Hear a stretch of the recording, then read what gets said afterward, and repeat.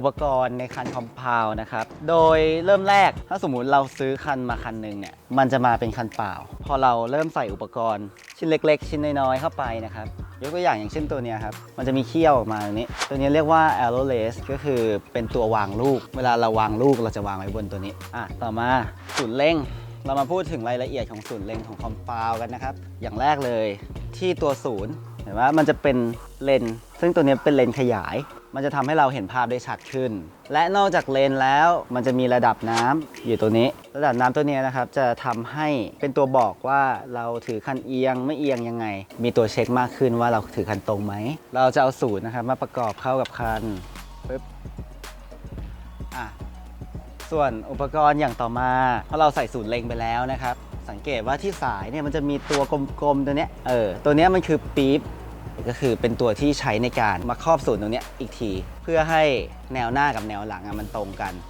เพื่อการยิงที่เสถียรมากขึ้นนะครับเรามาที่ตัวนี้นะครับตัวนี้คือ long rod หรือ step ตัวนี้มีหน้าที่อยู่2อย่างแรกเป็นตัวที่ซับแรงสั่นสะเทือนเวลาเรายิงคันออกไปเนี่ยคันมันจะมีการสั่นสะเทือนจากแรงดีดของมันไอตัวก้านตัวนี้นะครับมันจะช่วยในการซับแรงตัวนี้ไม่ให้เข้ามาที่ร่างกายของเราส่วนอย่างที่2ก็คือถ้าเราสังเกตตัวปลายของตัวสแตปมันจะมีก้อนเวทอยู่ตรงนี้ซึ่งเวทตัวนี้นะครับจะทำหน้าที่ในการถ่วงน้ำหนักคือเวลาเรายิงให้เรานึกถึงเหมือนกับเป็นตาช่างทั้ง2ด้านพอเราดึงอย่างเดียวด้านหลังมันหนักพอมันหนักแล้วเราต้องมีก้อนด้านหน้าเพื่อมา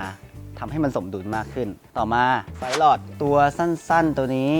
ถ้าสังเกตนะครับสิ่งที่ต่างจากรีเคิร์ฟเนี่ยมันคือใส่ไซส์หลอดอยู่แค่ด้านเดียวถามว่าทำไมถึงใส่ด้านเดียวคือจริงๆแล้วมันจะใส่ด้านเดียวหรือ2ด้านก็ได้ในความคิดเห็นส่วนตัวของผมเนี่ยเป็นเพราะว่าพอเวลาที่เรายิงคอมเพลใช่ไหม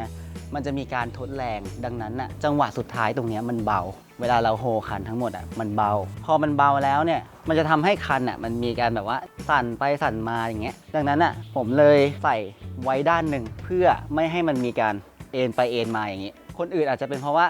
เพราะยิงแล้วมันมีการเอ็นเขาเลยใส่มาด้านเดียวหรือจริงๆจะใส่2ด้านก็ได้เรายิงแล้วเราโอเคกับแบบไหนก็ใส่แบบนั้นทีนี้คอมเพลเนี่ยมันจะมีขาตั้งของมันก็จะเสียบเข้าไปที่ลิ้มและจะใช้แบบนี้ก็ได้หรือจะใช้ขาตั้งแบบรีเคิร์ฟก็ได้แล้วแต่เราใช้แบบนี้เรารู้สึกว่ามันเท่กว่า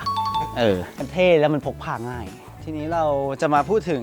ตัวลิลิสนะครับลิลิสเนี่ยมันคือตัวที่ใช้ในการเกี่ยวสายสำหรับลิลิสที่ผมจะมาพูดถึงในวันนี้ก็คือจะแบ่งเป็น2ประเภทนั่นก็คือแบบตัมลิลิสกับแบบแบ็คเทนชั่นอย่างถ้าเป็นตัมอย่างเงี้ยง่ายๆนะครับซึ่งเราจะเกี่ยวไว้ที่สายแบบนี้สมมติปุ๊บแล้วเกี่ยวปุ๊บตอนนี้มันยังล็อกอยู่นะครับแล้วเอานิ้วไปพอพร้อมก็กด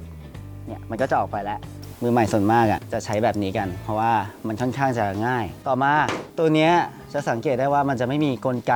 ใดๆเลยในการสั่งให้ลิลิสมันหลุดออกไปแต่สิ่งที่จะทำให้ตัวนี้มันหลุดออกไปนะครับก็คือการที่องศาของมือครับมันเปลี่ยนเราดึงไปเรื่อยๆแล้วองศามือมันเปลี่ยนเนี่ยเห็นปะ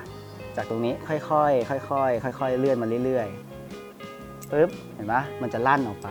อันเนี้ยมันก็จะมีความต่างซึ่งเราชอบแบบไหนแล้วแต่เราเหมือนกันนี่คือเรื่องของรีลีสคร่าวๆนะครับต่อมาเรามาพูดถึงลูกธนูกันบ้างหลายคนจะถามว่าลูกธนูสำหรับรีเคิร์ฟและคอมเพลมันใช้ด้วยกันได้ไหมลูกธนูเนี่ยหลักๆแล้วมันจะมีเบอร์ความแข็งที่ต่างกันความแข็งคืออะไรความแข็งเนี่ยมันคือเรื่องของตัวเนื้อลูกอย่างเงี้ย